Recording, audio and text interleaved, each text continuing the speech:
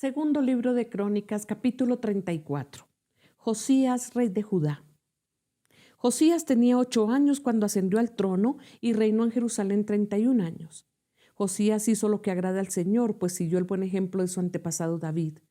No se desvió de él en el más mínimo detalle. En el año 8º de su reinado, siendo aún muy joven, Josías comenzó a buscar al Dios de su antepasado David.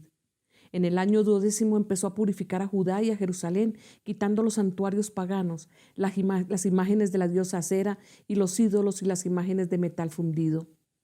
En su presencia fueron destruidos los altares de los Baales y los altares sobre los que se quemaba incienso.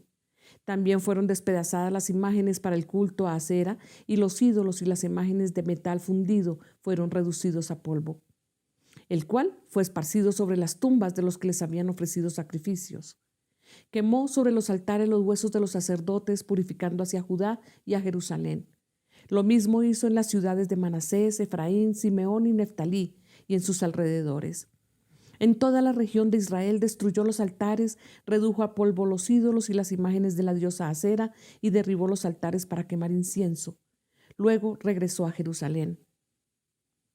En el año 18 de su reinado, después de haber purificado el país y el templo, Josías envió a Safán, hijo de Azalías, y Maaseías, gobernador de la ciudad, junto con el secretario Joa, hijo de Joacás, a que repararan el templo del Señor su Dios. Estos se presentaron ante el sumo sacerdote Hilquías y le entregaron el dinero que había sido recaudado en el templo del Señor y que los levitas porteros habían recibido de los habitantes de Manasés y Efraín y de todo el resto de Israel, Judá y Benjamín, y de los habitantes de Jerusalén. Luego entregaron el dinero a los que supervisaban la restauración del templo, y estos se lo dieron a los trabajadores que estaban reparando y restaurando el templo del Señor. También les dieron dinero a los carpinteros y albañiles, al fin de que compraran piedras de cantera y madera para las vigas de los edificios que los reyes de Judá habían dejado deteriorar. Estos hombres realizaban su trabajo con honradez. Los que estaban al frente de ellos eran los levitas Yahat y Abdías, descendientes de Merari, y Zacarías y Mesulán, descendientes de Coat. Los levitas, que eran hábiles en tocar instrumentos de música, eran los jefes de los cargadores y de todos los que trabajaban en la obra, fuera cual fuera su tarea. Entre los levitas había cronistas, oficiales y porteros.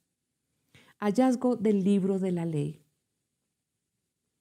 Al sacar el dinero recaudado del templo del Señor, el sacerdote Hilquías encontró el libro de la ley del Señor dada por medio de Moisés. Hilquías le dijo al cronista Safán: «He encontrado el libro de la ley en el templo del Señor».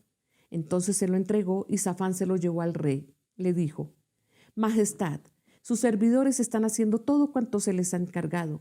Han recogido el dinero que estaba en el templo del Señor y se lo han entregado a los supervisores y a los trabajadores».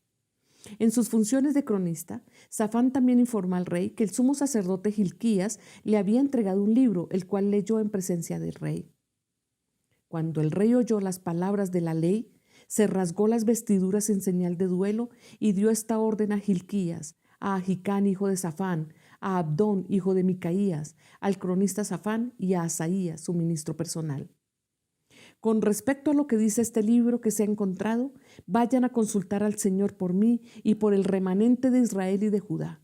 Sin duda que la gran ira del Señor se ha derramado contra nosotros, porque nuestros antepasados no tuvieron en cuenta su palabra, ni actuaron según lo que está escrito en este libro».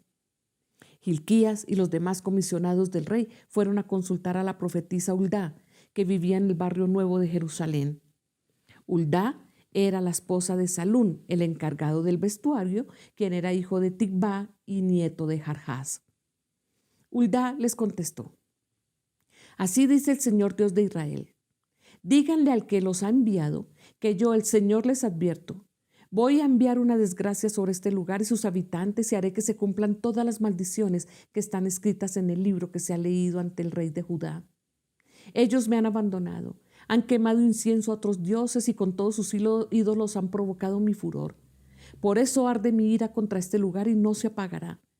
Pero al rey de Judá, que los envió para consultarme, díganle que yo, el Señor, Dios de Israel, digo en cuanto a las palabras que él ha oído: Como te has conmovido y humillado ante mí al escuchar lo que he anunciado contra este lugar y sus habitantes, y te has rasgado las vestiduras y has llorado en mi presencia, yo te he escuchado. Yo, el Señor, lo afirmo. Por lo tanto, te reuniré con tus antepasados y serás sepultado en paz. Tus ojos no verán la desgracia que voy a enviar sobre este lugar y sobre sus habitantes. Así que ellos regresaron para informar al rey. Renovación del pacto.